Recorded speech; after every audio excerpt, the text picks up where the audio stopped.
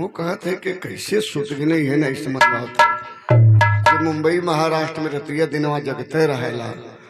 आज नसीरपुर में बड़ई पर कैसा है कि सुत गए राम जन्म के अखिलेश के बुला के। तबीयत खराब है ना?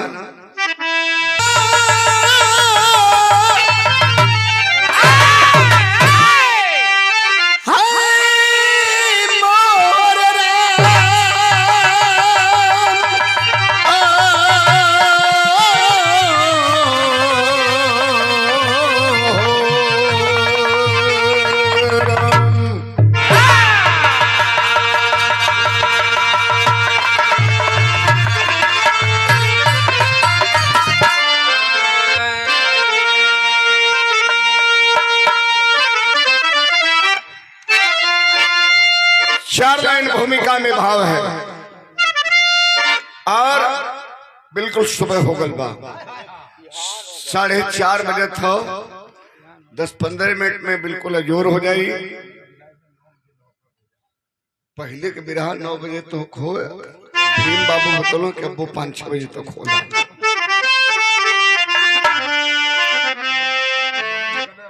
अच्छा सजवा हमके हड़काओ था कि 5-6 बजे तक बिरहा होला। घबराया मत तो हमके ठीक है। घबराए का बात बा।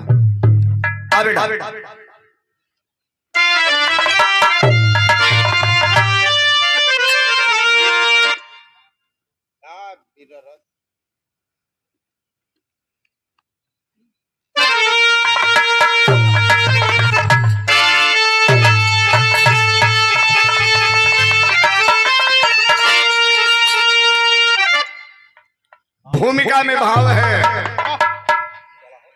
और इस बिरहा का तासीर आपको बताएंगे। बिरहा तो आप लोग बड़ा सुन ले हो, सुनबे करेला करेबे करेला, लेकिन इसकी तासीर आप देखें। क्या करना बेटा? आवा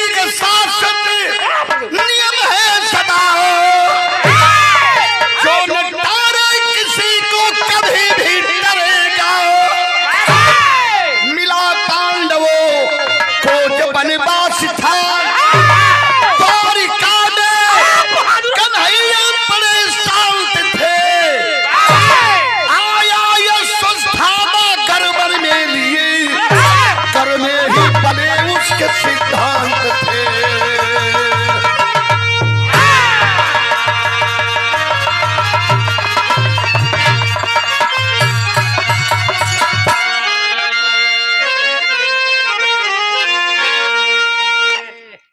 बिरहा लड़ गई। बात यहाँ है कि देखा भाई, जब लड़ुअल हो गल तो लड़को लिखल जला बिरहा दंगल।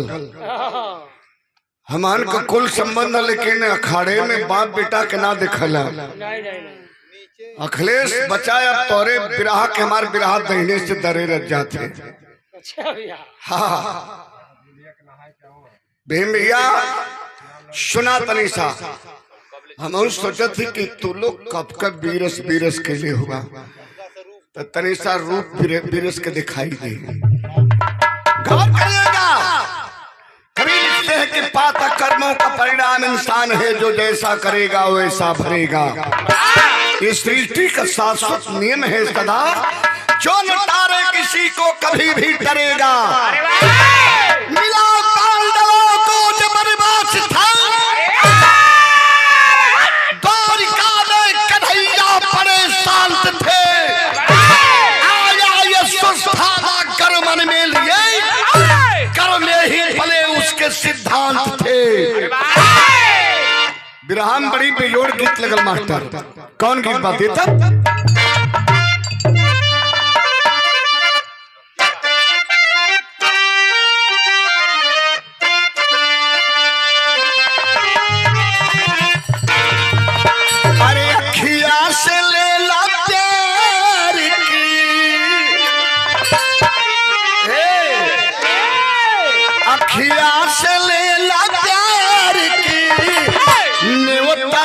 सनम।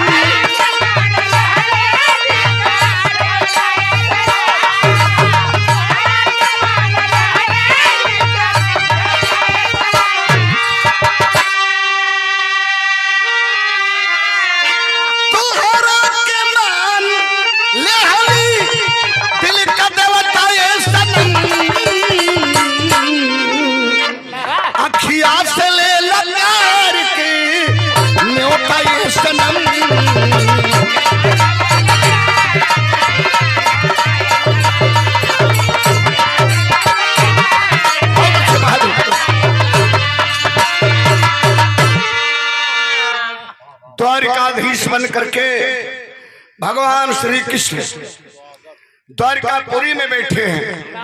पांचों पांडव वनवास की ओर हैं। गुरु द्रोणाचार्य का बेटा सुस्थामा सोचा कि आज चलूंगा कन्हैया के यहाँ। आज जब भगवान कन्हैया सुने कि गुरु का बेटा अश्वत्थामा आ रहा है तब पूरे द्वारिकापुरी के दुल्हन जैसे सजा दी। जैसे ठक्कर बाबा का मंदिर सजल हो ऐसे ही द्वारिकापुरी सज गई। तब कभी लिखत हो कैसे मास्टर?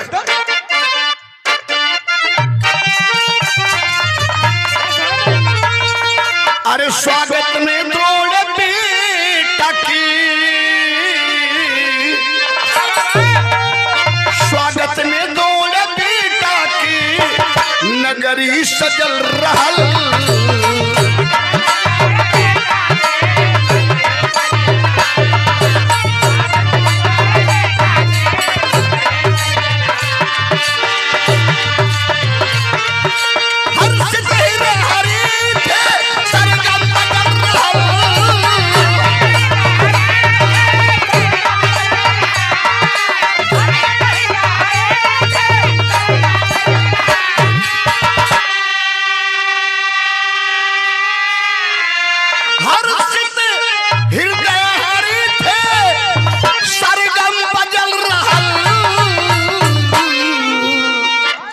स्वागत में दौड़ बेटा की नगरी सजल रहल।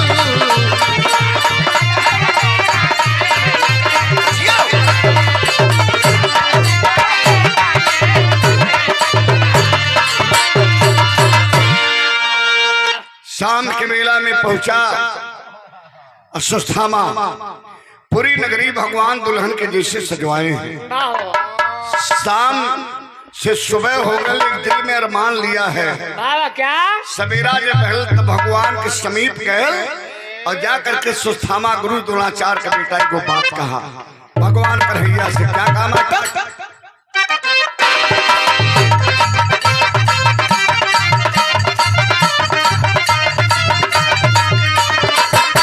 अरमान छिपे दिल के,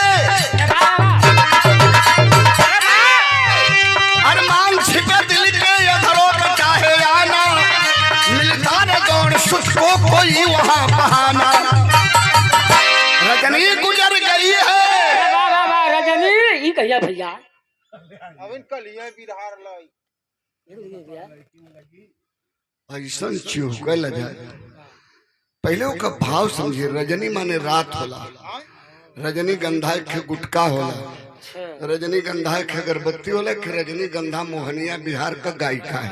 हां तो भैया उन्हीं से मिलिए भैया हम गायिकी सोचला क्यों है मर गई रजनी गंधा गायिका का बात सोचला। कहिया भैया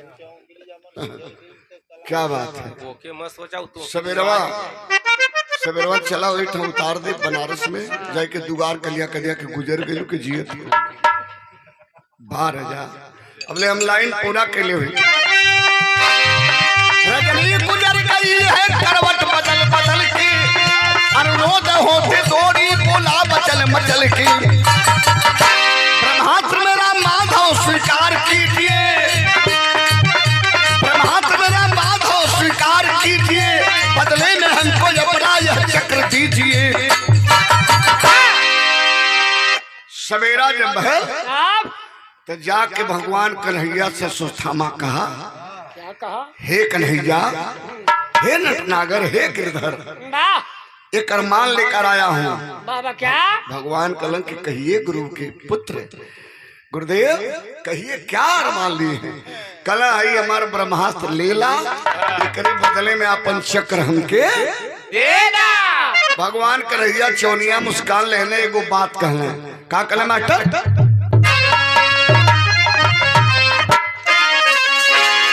अखी अपने पे, अरे अपने पे नहीं भरोसा हो, भरोसा हो तक दूसरे पे करना।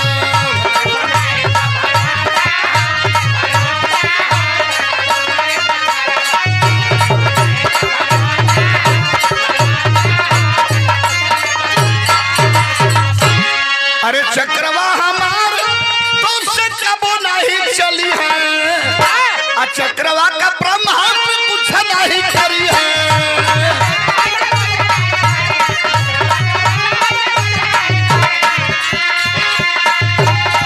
अपने पे भला अपने पे नहीं का संतोष हो, संतोष हो का दूसरे पे करना।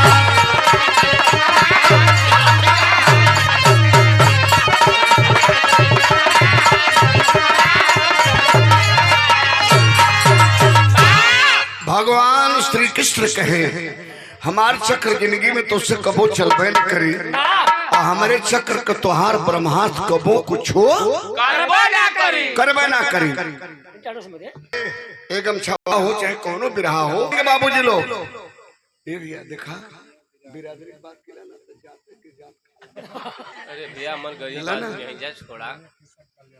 पुरनिया लोग खिस्सा कले हूँ, जात के जात खइए, काट के एके पेड़ रोवत रहल, बहुत हरा रहा। काहे बदे भैया?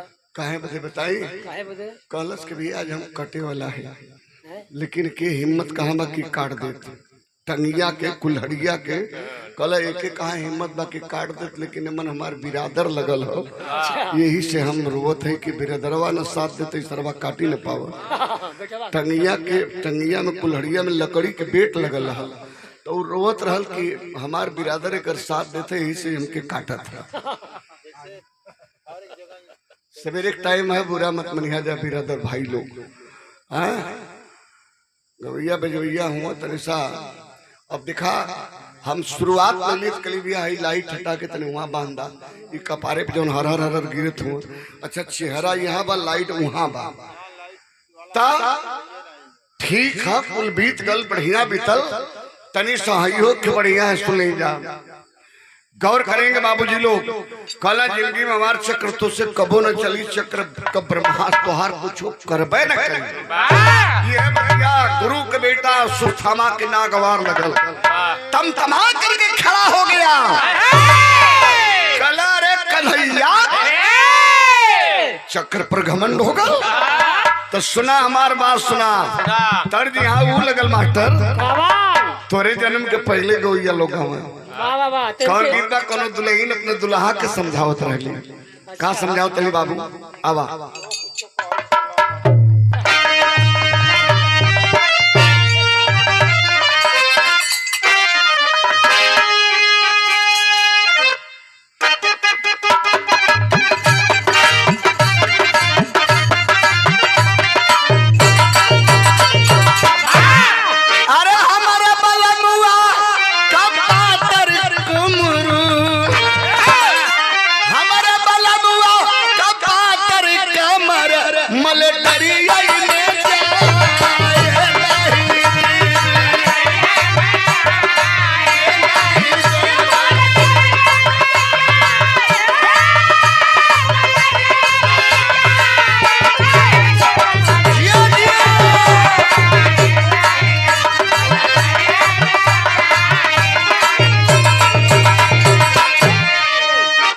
समिति के बड़े शानदार पदाधिकारी और कन्हैया तुम्हारी जय हिम्मत रख लेना। चार फेरा घूमा याद क्या रख लेना। आओ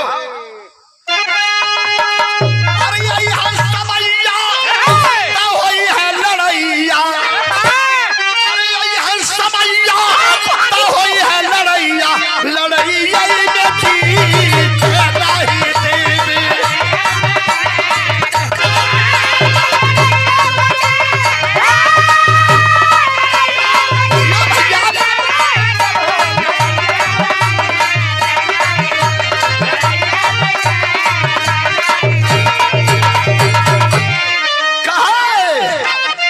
देखब चक्रवा का तोहरे तकतिया ब्रह्मास्त्रवा के दिखाइया वक्तिया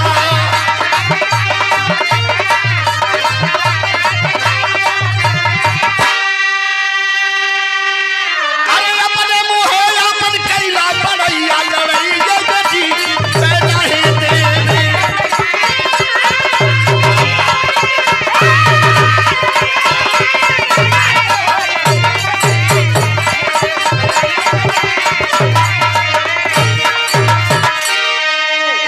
समय आई तो पता चल जाए वाह तोरे चक्र में कितना दम हो और हमरे ब्रह्मास्त्र में कितना दम हो।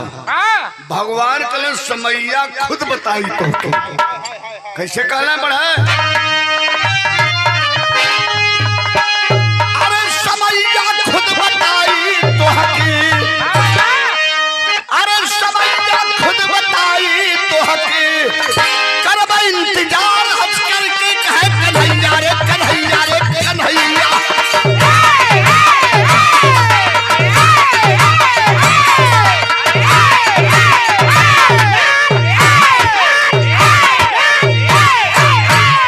शाबाश बहादुर करब इंतजार हंस करके कहे कन्हैया समैया खुद बताई तो के आए भैया जब समय पलटा खैलस तो एक लंगे कौरव दल एक लंगे पांडव दल दोनों दल जब आमने सामने भइला है तब कभी लिखत हुआ का लिखने मास्टर अब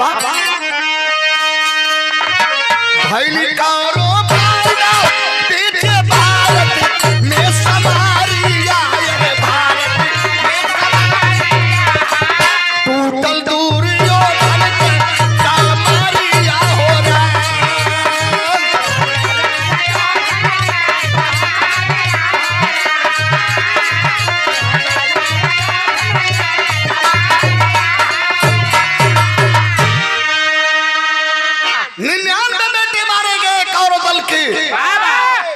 और 5 के पांडव 5 बचे। तब दुर्योधन सोचने लगा कि हमारे 99 भाई मारे गए, अकेला मैं बचा हूँ, हमें भी ये पांडव मार डालेंगे। तो मालूम है क्या क्या बाबूजी? क्या? वह एक मंत्र जानता था जिस मंत्र का नाम था जल स्तंभ मंत्र। उसी को पढ़ा और उल्टे पांव एक तालाब में घुस गया। वाह वाह वाह, उल्टा क्या घूमल भैया?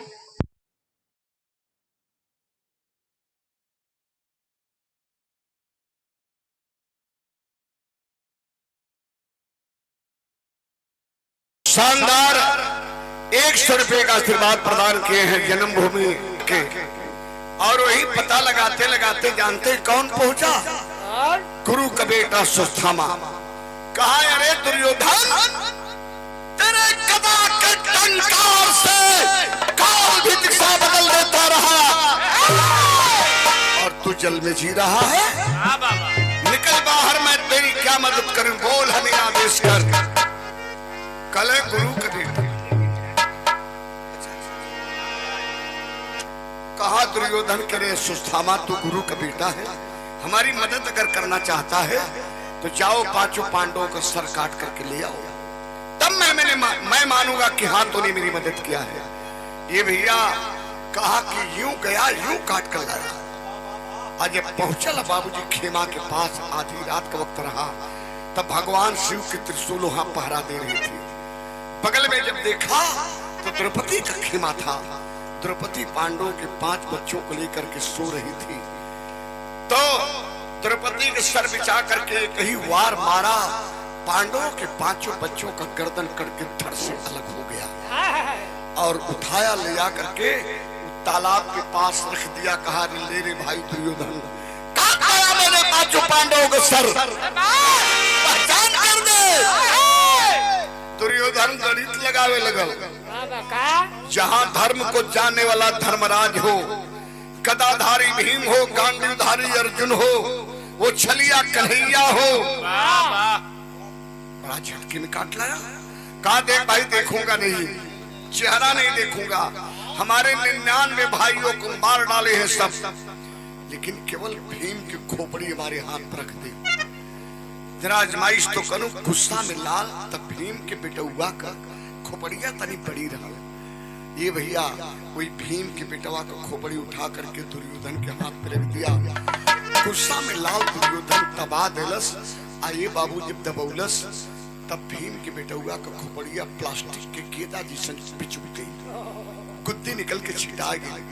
तब दुर्योधन देखा तो हाय हाय लगा कर दे, कहा कि मैंने पांडवों का सर मांगा था न कि उनके बच्चों का रे, तूने खानदान ही पूरा खत्म कर दिया। हाय हाय करे थे। लेकिन हर खेमा में जब पांचों भाई पांडव गए तब द्रौपदी के आंख से बाबूजी आंसुना लहू का धार चलत रहा। पांचों बच्चों का धड़ है, सर नहीं है। तब भगवान कन्हैया समझाने लगे धर्मराज को कि यह कर्म केवल गुरु का बेटा अश्वत्थामा का है।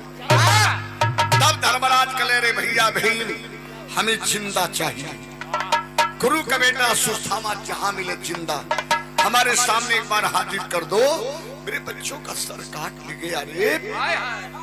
भीम पागल कुत्ता की नहीं खोजता है और एक पोखरा तालाब कर मिली तगल दौड़ाए के भीम पटक के मरना ये क्यों नहीं। आवाज है आई उलट गए, उल्टा मुसुक चढ़ाए के लकड़ी के बोटा ने उठाए के लिया के भगवान के सामने पटक देला। तो जौने गुरु के बेटा के धर्मराज छाती से मिला में भगवान बड़ा आदर गोहन करे, आज मुहवा के मोड़ देला। एक लाइन यहाँ गीत बा, कौन गीत बा बेटा? आओ ताता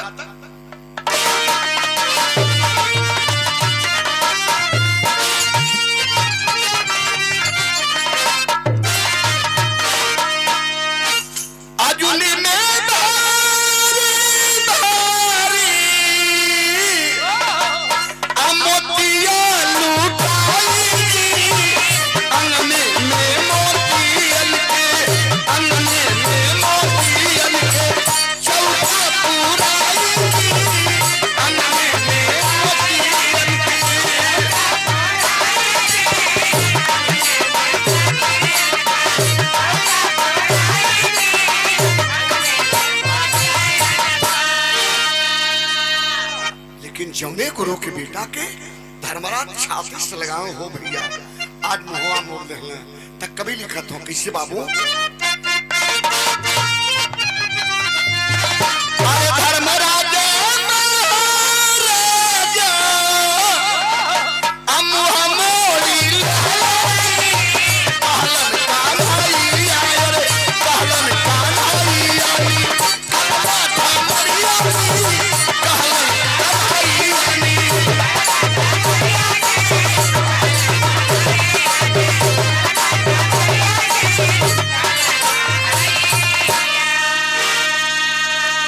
भगवान कन्हैया कला रे भीम क्या देख रहे हो?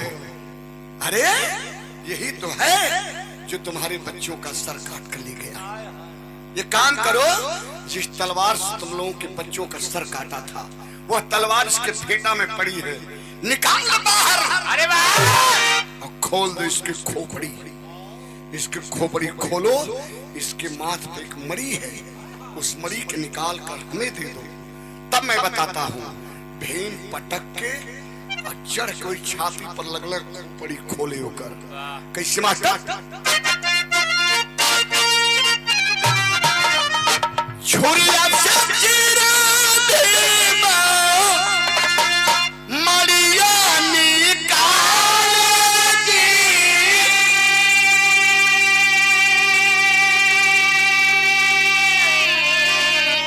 गड्ढा हो गया शशि थाना के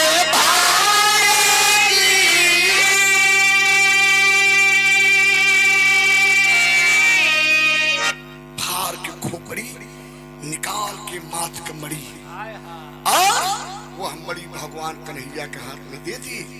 तब भगवान कन्हैया कहलन कि अब इसका हाथ पैर छोड़ दो भीम।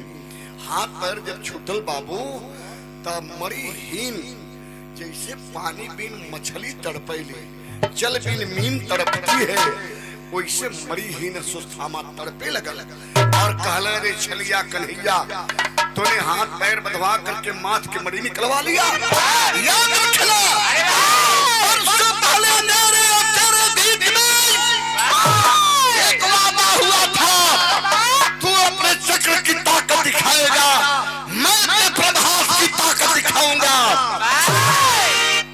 भगवान कहला तब दिखा, काहे को चिल्ला रहा है, दिखाओ। बच्चे सो रहे थे, पांडव सो रहे थे, द्रौपदी सो रही थी, तूने बच्चों का सर काट लिया तो उसने ताकत नहीं दिखाना था, दिखाओ ताकत।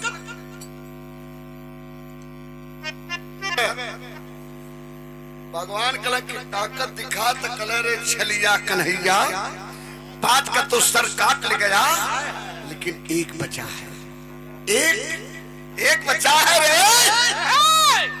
आज को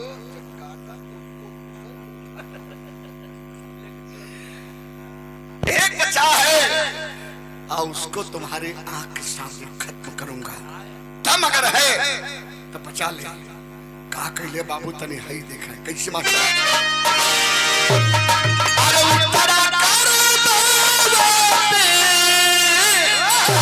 अब बनावा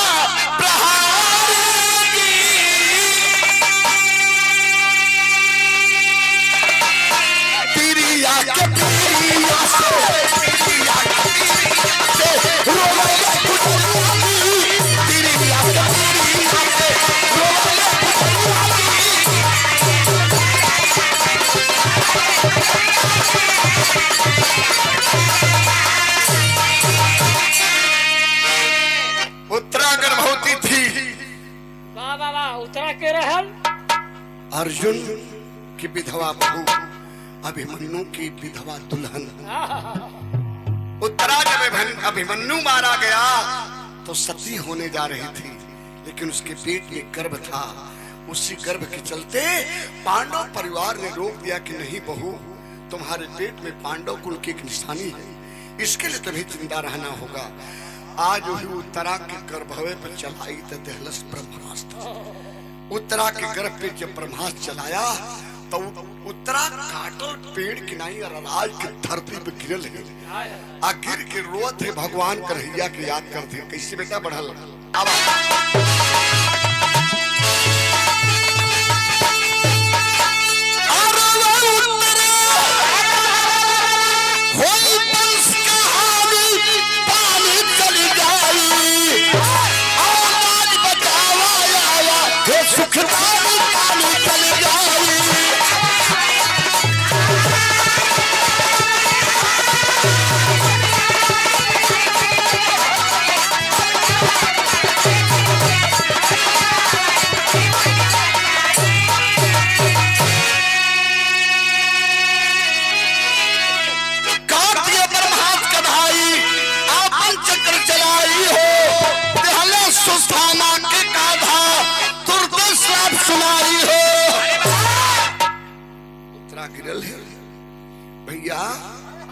भैया कन्हैया भैया जौने गर्भवा के चलते हमके सती ना हो दिला जा, आज गर्भवा खत्म हो गल भैया।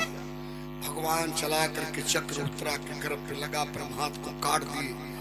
आज जब कटले तो उत्तरा तरी से होश में आइल है। आश्वस्थामा देखल कि हमार ब्रह्मास्त्र कट गल तो तिखे भागत है। कले भागो मत चाहता तो दूसरी बार चक्र चला करके तुम्हारे गर्दन को धड़ से लग कर देता, लेकिन नहीं। सुनो मेरी बात।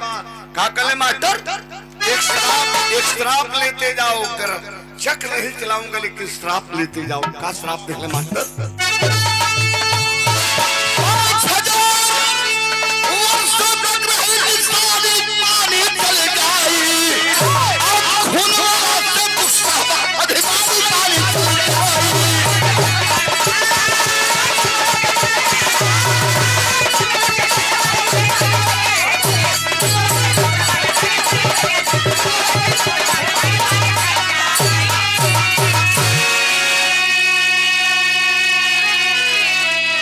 एक शराब लेते जाओ, तुम्हारे मांस के मरी वाला जो गड्ढा है ना, दुनिया में तू जिंदा रहेगा और इस जख्म के लिए लोगों से महरम मांगता रहेगा इस भारत के भूखंड पे। लेकिन कोई डॉक्टर, कोई वैद्य, कोई हकीम तुम्हारी जख्म पे महरम लगाने वाला नहीं होगा। 5000 वर्षों तक खून मवाज दुर्गंध आती रहेगी, तू दर दर भटकता रहेगा। तुम्हें कोई इस जख्म पे महरम लगाने वाला नहीं मिलेगा। भगवान कन्हैया का श्राप लेकर के द्वापर युग से आज तक अश्वत्थामा जिंदा है और भटक रहा है। उत्तरा के गर्भवा से के पैदा भल इहो बता देते अश्वत्थामा आज भी जिंदा है। कहाँ है, किस रूप में है? आप तैयार हो जाइए, मैं दिखाने जा रहा हूँ विरह के माध्यम से। 18 दिन तक 18 हाथ खून की गहरी नदी बहती रही कुरुक्षेत्र में। उस खून के सैलाब में चलने वाला गुरु द्रोणाचार्य का बेटा अश्वत्थामा आज भी जिंदा है। कहाँ है, किस रूप में है, जरा गौर करेंगे। बेटा आओ।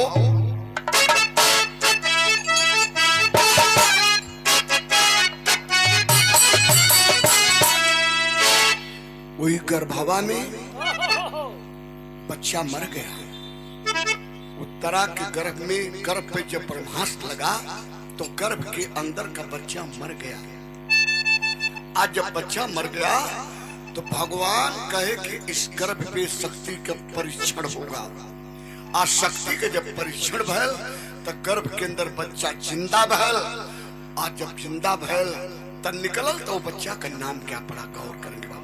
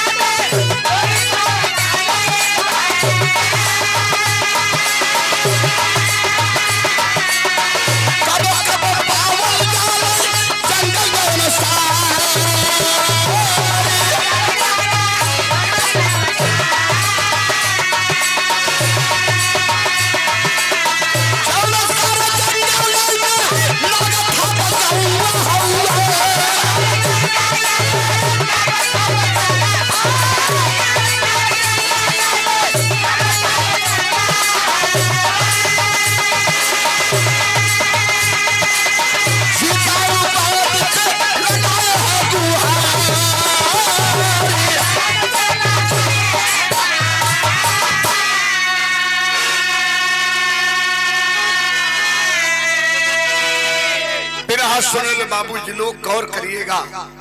हिमालय के तराई में गढ़वाल जिला, जिले के अंतर्गत एक चौनसार नाम का जंगल है। चौनसार जंगल के बीचों बीच एक गांव बसा है जिस गांव का नाम है नागथाप, जहां नागों की खेती होती है। वहाँ का लोग नाग खाना का नहीं बाबू, नाग लोग पैदा करते हैं। पश्चिम बंगाल में शंकरगढ़ में बेचते हैं और इधर से गेहूं, चावल, जो भी खाद्य पदार्थ ले जाते हैं, लेकिन वहां की मेन खेती नाग। गौर करेंगे बाबूजी लोग, उसी नागथाप गांव में एक जितारू नाम का अंतरराष्ट्रीय पैमाने का वैद्य जी के पास भोर में भिनुसार में जाते हैं और कहते हैं कि वैद्य जी इस जख्म पे कोई महरम तो लगा दो। वैद्य का जवाब होता है ना ना ना ना। अरे यह तो साक्षात यदकुल भूषण योगेश्वर भगवान श्री कृष्ण का श्राप है। मैं क्या, दुनिया को कोई डॉक्टर वैद्य इस पे महरम नहीं लगा सकते, नहीं लगा सकते। ये भगवान का श्राप है। भगवान का श्राप लेकर के चितारू नाम के वैद्य की पहली गवाही अश्वत्थामा आज भी जिंदा है। दूसरी गवाही देहरादून के कलेक्टर साहब यम सिन्हा साहब की। लेकिन याद रखिएगा, भगवान श्री कृष्ण का श्राप लेकर के आज भी गुरु द्रोणाचार्य का बेटा अश्वत्थामा जिंदा है। किस रूप में है, तनी सा गौर करें, तनी सा बढ़ा ले बेटा। मैंने बताया कि हर गुनाहों की सजा इसी सरजमी पे, हर गुनाहों की सजा इसी सरजमी पे। पहली गवाही जितारू बैठ के की अश्वत्थामा बाबा जिंदा है। दूसरी गवाही किनकी है, बढ़ा लो बाबू।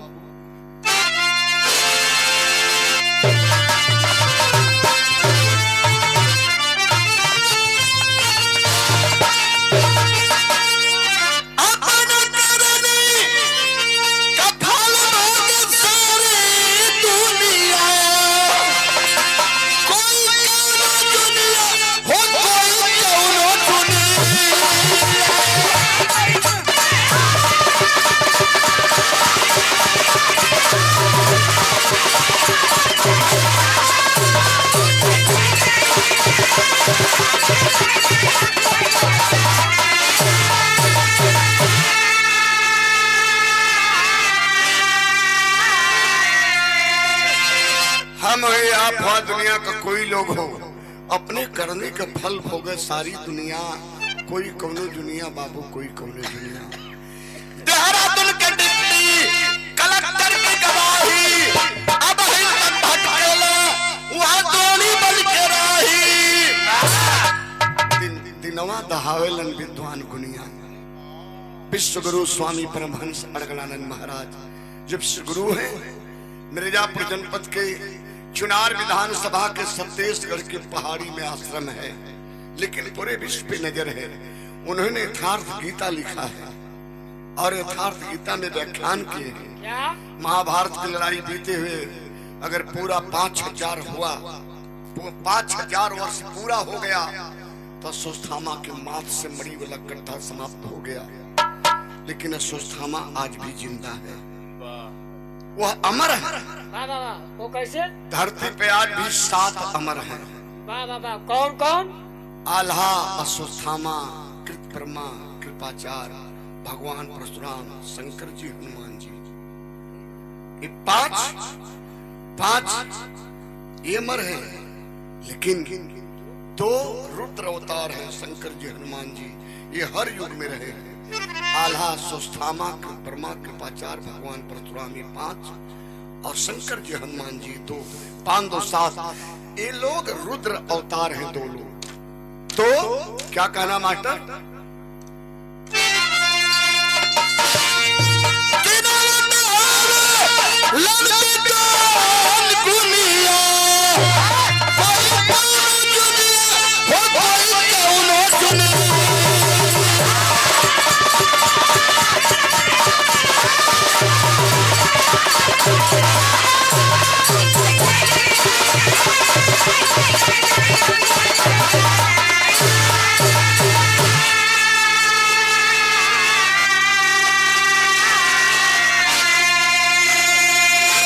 बाबूजी लोग, ये रहा हर गुनाहों की सजा इसी सरजमी पे। और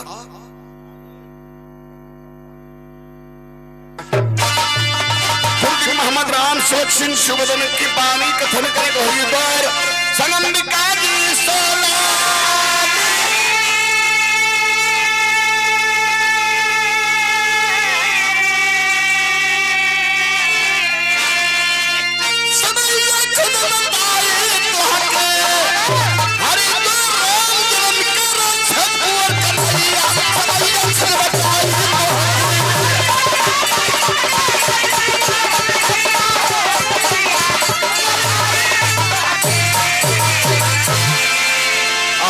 बहुत बहुत धन्यवाद, आप सबको बहुत बहुत सलाम। अब तो कार्यक्रम सब जयकारी बाबा की बोलिए।